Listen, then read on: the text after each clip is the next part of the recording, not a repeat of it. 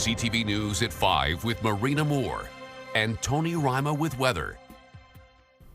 Good evening. Thanks for joining us. We begin with breaking news in Greater Sudbury. Police say they are conducting a ground and aerial search on High Falls Road near Edwards Road in Worthington. That's just west of Sudbury off of Highway 17. Police say people in the area can expect an increased police presence while officers are on the scene. They're also asking anyone with information on a missing 33-year-old man named Keith to contact police. We're told he was last seen around 6 p.m. yesterday on High Falls Road. It's the last thing on our minds with the current hot weather, but Sudbury is talking snow today. We've learned that wicked winter storm in mid-March that brought the city to a halt cost the city almost $8 million. That's according to a report being presented to City Council next Tuesday. Its author writes the event was felt across all service areas throughout the municipality, primarily labor with overtime and contracted services. The review has identified short, medium, and long-term implementation priorities. On the list of recommendations is to develop a major winter storm response plan and command structure. Meanwhile, community members will have their voices heard at City Council next Tuesday through the Significant Weather Event Community Survey. The answers are in response to that mid-March storm and cleanup. Many say communication could be improved upon. The responses say local news was the most used way of getting information, followed by the city's social media accounts. The vast majority of the over 1,600 responses say road clearing status and snow clearing priorities were either difficult to find or unclear. It confirms strong public support for prioritizing safety and emergency access, but it also demonstrated or identified the opportunities for cleaner information about service priorities, more localized updates. Again, there's a large city all the way from Beaver Lake to Levac, south of Esther, north of Cape Riol. So again, more localized updates of what's going on in the various communities. Pana says he hopes the extreme snowfall and ice buildup was a once in every 100 years type of storm, but he hopes the information gathered will help make a better emergency plan if it happens again anytime soon. Well, from snow to rain, it's time for our first check on weather. With the details, we go to CTV's Tony Rima. Thanks for that, Marina, and good evening, everyone. Yes, rain in through Sault Ste. Marie along with Wawa, and other communities are also going to get a few showers. Our first weather brought to you by CAA. Get your membership by going to getcaa.ca, and a system is going to be moving into our broadcast region, creating those overcast conditions and some thunderstorms in through Gore Bay on Manitoulin Island, 6 a.m. tomorrow, and then we start to get a little bit of clearing, so it's not all that bad. Friday looks good, then it's back to the clouds and shower activity. Our weather alerts, well, in yellow there's a severe thunderstorm watch for Rouyn-Noranda, and north of that, air quality warning for those communities in western and northern Quebec because of all those wildfires. All of your 5-day weather forecast still ahead. Marina. Thank you, Tony. A Timmins resident is calling on the city to do more to address ongoing issues surrounding the encampment behind the Living Space Emergency Shelter. She says a privacy fence expected by the end of July isn't enough to address the broader problems. CTV's Lydia Chubak reports. It was last September when we first introduced you to Timmins resident Chastity Duguay, who said she feared for her safety because of the encampment behind her home. Now, nearly a year later, in an email to CTV News, Duguay says little has changed. She's calling on the city for stronger enforcement, better coordination between agencies, and regular updates for neighbors. The mayor acknowledges resident concerns but says the city has limitations when it comes to the encampment itself. Though there are human rights limitations as to the actual encampment itself, that's not to say that we should just be allowing a free-for-all back there. There is criminal activity that is taking place in the area, and not just reserved to the encampment, of course. And so, this is also an enforcement issue, and so community safety is a shared responsibility. In March, City Council approved a privacy fence along the city-owned laneway beside the shelter. Duguay says a fence doesn't address the bigger concerns. Duguay wrote, while the proposal to install a fence may address one specific aspect of the situation, it does not resolve the broader issues that continue to impact surrounding residents and businesses. Without regular enforcement and accountability, these problems are simply displaced rather than resolved. The mayor says the chain link fence with privacy inserts is expected to be installed at the end of July. We know that the fence isn't going to be the be-all, end-all solution. This really is just a measure to be able to provide a bit of reprieve for the residents that are living adjacent to the laneway where we're seeing the encampment. Boileau says municipal bylaw officers continue to visit the area multiple times a week, while weekly cleanups are continuing, and the city is working with police to address safety concerns. Lydia Chubak, CTV News, Timmins. Time now for a quick break. Coming up on CTV News at 5, Tony has your full weather forecast. For now, let's take a live look at conditions in the Wawa area at the Michipicoten Harbor, where you can see some clouds are rolling in ahead of that rain to come. More details just ahead. When you see it happen, send it to CTV News. Text 10400 from your screen to ours. Text 10400. Alrighty, folks, now your main weather forecast, and we're going to start with the weather alerts in orange there.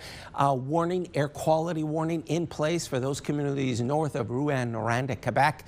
And outlined in yellow, that's a thunderstorm watch for Rouyn-Noranda, and it could kind of like move in a westerly fashion into part of our broadcast region. As we take a look at our gem, and these are the temperatures right now, and they're slightly above normal depending upon where you live. And then after, well, they're going to be somewhat cooler. This is what I call the Great Divide. Take a look, the northern portion, a little warmer than the southern portion. And that's kind of to be expected as the system moves through and increased cloud cover along with shower activity. And here's your weather forecast, starting with Sudbury Nickel Belt. Tomorrow, sun, cloud, and shower activity coming in at 24 degrees. Normally it's 25 this time of year for Sudbury. Spot on temperature-wise tomorrow. Almost a carbon copy to Thursday. Saturday, skies are going to clear. It's going to be beautiful. Sunday, increasing cloud cover. And Monday, also a chance of rain as the temperature rises. For Sault Ste. Marie, Algoma, sun, cloud, and rain. 25 degrees, should be about 24 this time of year. Friday and Saturday look beautiful. Take a look at those temperatures. Obviously, much warmer when you factor in the humidity. Saturday looks gorgeous. Then Sunday, increasing cloud cover, and much the same for Monday, coming in at 28 degrees. For Timmins, Cochrane, Kapuskasing, a chance of showers tomorrow. Those skies are going to clear. It's going to be beautiful. Lots of sunshine. On Sunday, increasing cloud cover, a chance of rain. Even warmer on Monday, coming in at 30 degrees. For Temiskaming Shores and Kirkland Lake, tomorrow, well, sun, cloud, and rain. Chance of rain anyway, 25 degrees, spot on this time of year. Much the same for Friday, Saturday, those clouds start to move out. Very comfortable, 27 on Sunday. Temperature increases, but there's a chance of rain Sunday and Monday. And finally, your 5-day weather forecast for North Bay. West Nipissing, 70% chance of showers as a system moves through the broadcast region. Should be about 25. It's only going to be 23. Temperature improves on Friday. Saturday, it looks beautiful. On Sunday, we start to see warmer temperatures, but increasing cloud cover and showers. Marina, it's back over to you. Thanks, Tony. There's renewed hope in Sault Ste. Marie following this week's news of Canada's new submarine fleet. The federal government's choice not to go with the company that planned to invest $345 million in Algoma Steel for its submarine contract seemed like a major loss for the area. While local officials may have preferred South Korea's Hanwha Ocean over the successful firm TKMS of Germany, Sioux MP Terry Sheehan says he was told by Algoma Steel officials that the submarines would use a very minimal amount of steel and that the real value found is elsewhere and should still go ahead, including steel docks on the east and west coasts, as well as the promise that the $275 million pledged for the steelmaker's beam mill is still on the table. I know that Minister Jolie is also committed. She's been up here a couple of times now and has said it on both times that she's committed to the Beam Division. So we're going to find a way to make this happen. These are hundreds and hundreds of jobs. Part of the South Korean deal would have also included a commitment for Algoma to supply steel used in armored vehicles. Sheehan says that opportunity for the company is also still on the table. A new police officer with roots in North Bay was sworn in today, and as CTV's Eric Tashner reports, this new addition brings the authorized complement for the North Bay Police Service to just one shy of where it wants to be. I, Mackenzie Mills, solemnly affirm that Constable Mackenzie Mills is looking forward to getting behind the wheel of a police cruiser. Now with her badge, the 33-year-old with North Bay roots is breaking new ground. She's the first person in her family to be a police officer. I think I'll enjoy being out on the road. I think I know I will enjoy just being out and interacting with people in the community. Her career with the service started in 2025 as a part-time special constable. Before joining the ranks, she worked with the YMCA and Nipissing District Housing Corporation in community-focused roles, while also volunteering at the Gathering Place Soup Kitchen, working with vulnerable people. All experience, she says, brings the personal touch to policing. It gives me a different perspective. When you can kind of see things from the other side, it helps to remind you that we're all human, right? And we have different struggles. We encourage all our members to stay involved in the community, so having a basis when you were not an officer in community involvement really does strengthen their policing career. According to North Bay Police, there are 118 sworn officers and 97 civilians within the service. The successful recruitment of Mills brings the agency to just one recruit shy of a full authorized roster. We have one more recruit that we are actively screening applications now and interviewing people. We're hoping to have somebody at the fall intake, which is in September at the Ontario Police College. And while North Bay Police look to fill its final spot, Mills's career begins with future ambitions of one day getting into investigative work. It's less about the fun and exciting stuff and more about supporting my community. Eric Tashner, CTV News, North Bay. And coming up here on CTV News at 5, a Northern OHL coach is headed to a big tournament. Plus, a summer camp hosted by Nazem University looks to inspire a new generation of medical professionals. Canada's hosting duties for the FIFA World Cup have officially come to an end. Switzerland squared off with Colombia in Vancouver yesterday in the final match played on Canadian soil this tournament. It's all over! Switzerland are going to the quarter-final of the World Cup! Switzerland beat Colombia 4-3 on penalty kicks in front of a full house at BC Place. The Swiss will now take on Argentina in the quarterfinals. And kickoff for France versus Morocco is 4 p.m. tomorrow with live coverage right here on CTV. That means our newscast tomorrow at 5 p.m. will be preempted, but you can still tune in after the game on CTV News at 6 for all of your local news. A familiar face in the north will be behind the bench as coach for Canada's under-18 hockey team this summer. North Bay Battalion head coach Ryan Houlihan was named to guide Team Canada at the 2026 Halinka Gretzky Cup. He served as an assistant coach when Canada captured gold medals in the same tournament in 2024 and 2018. And in a team-issued quote, Ryan Houlihan said, "I am extremely honored to lead Team Canada at this year's Halinka Gretzky Cup in Edmonton. It is very special to be able to represent Canada and to work with our country's best available players for this age group." The Halinka Gretzky Cup tournament takes place in Edmonton this August. High school students from across Northern Ontario are in Sudbury this week, getting a hands-on look at the medical world. CTV's Amanda Hicks tells us more about the milestone year for Camp Med.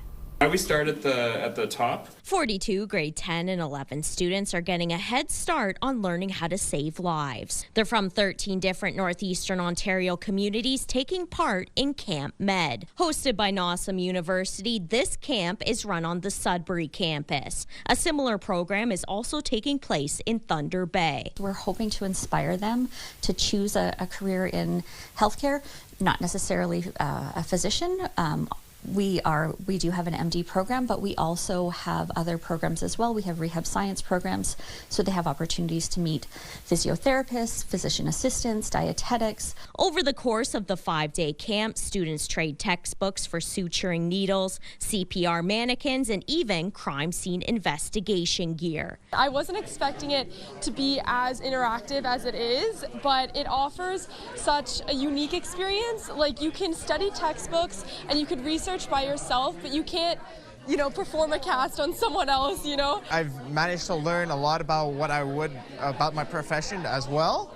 And that would be like radiology and all that. And it's very nice to learn such clinical skills. Now celebrating its 20th year, Camp Med has shaped the futures of 1,200 students. For some, the inspiration comes full circle. It was really an opening into what the medical field looks like at such a young age of still figuring out what you want to do in high school.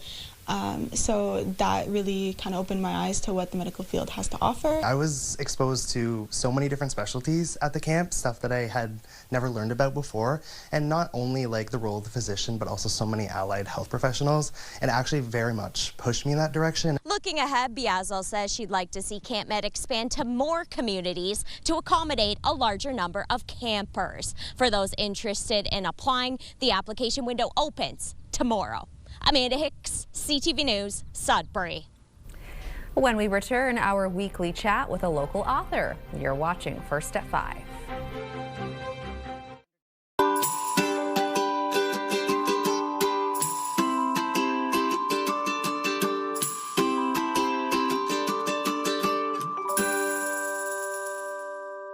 He's a Canadian author and has written a new book, Getting to Better. Stephen DeGrood also works with Sudbury area companies in medicine, mining, health, and human sciences. And Stephen now joins us in studio. Welcome. Hey, thank you very much. Glad to be here.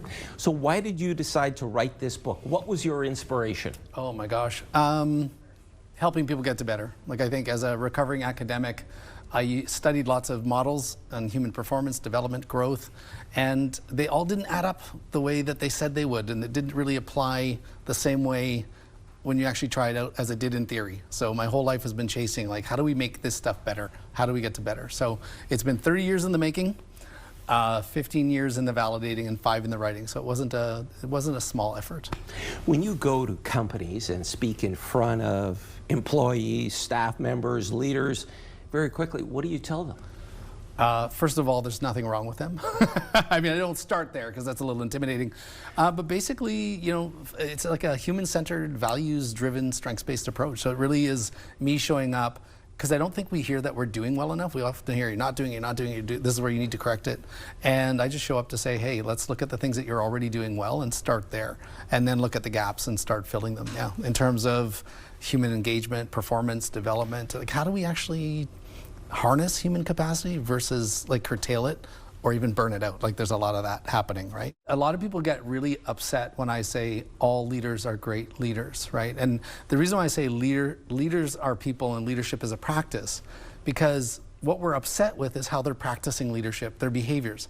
Because I haven't met a leader, genuine leader, that has not woken up to succeed every day and do their best. Now, there's this intent impact gap.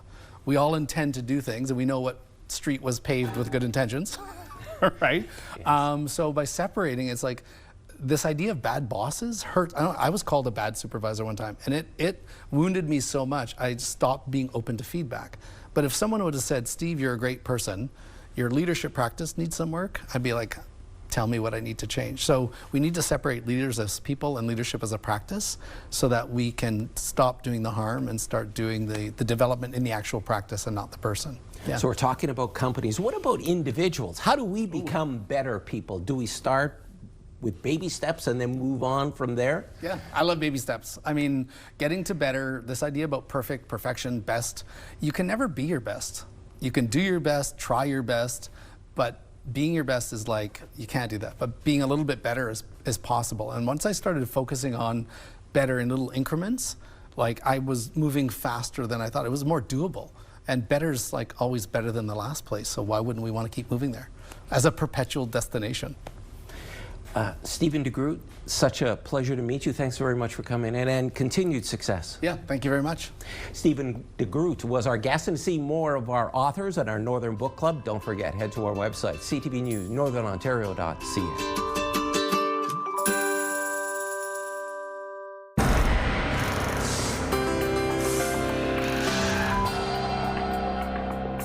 Our first community close-up takes us to Greater Sudbury, and if you're driving past Bell Park, you'll notice preparations are well underway for this weekend's Northern Lights Festival Boreal.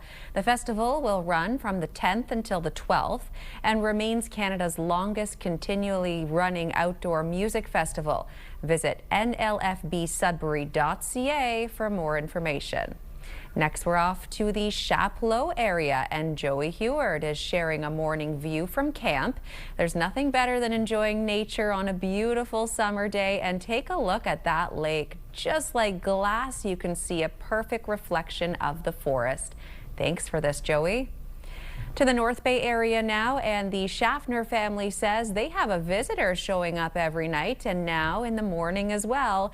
Larry Schaffner says this doe really enjoys their hosta plants, and you can see that's exactly what she's heading towards in this photo. Your poor garden, but at least the doe is happy. If you have any pictures, videos, or events you'd like us to showcase, please email them to us at communitycloseup@bellmedia.ca. Include your name, location, and a short description. And finally for us, there was an historic find recently in the Sault as crews continue to demolish the old General Hospital in Sault Ste. Marie. Sault Mayor Matthew Shoemaker posting to Facebook, a time capsule was discovered on site. It had been buried April 29th, 1963 during construction of the building. The discovery included a newspaper, a pamphlet about the General and Plummer hospitals, minutes of the meeting when construction was approved, and St. Benedict Jubilee medals. The contents have since been entrusted to the Sault Ste. Marie Museum. What a find. How exciting to open that up and see what's inside. Thank you for sharing. There's more news for the North coming up at 6. Continue watching as we hand things over to CTV National News.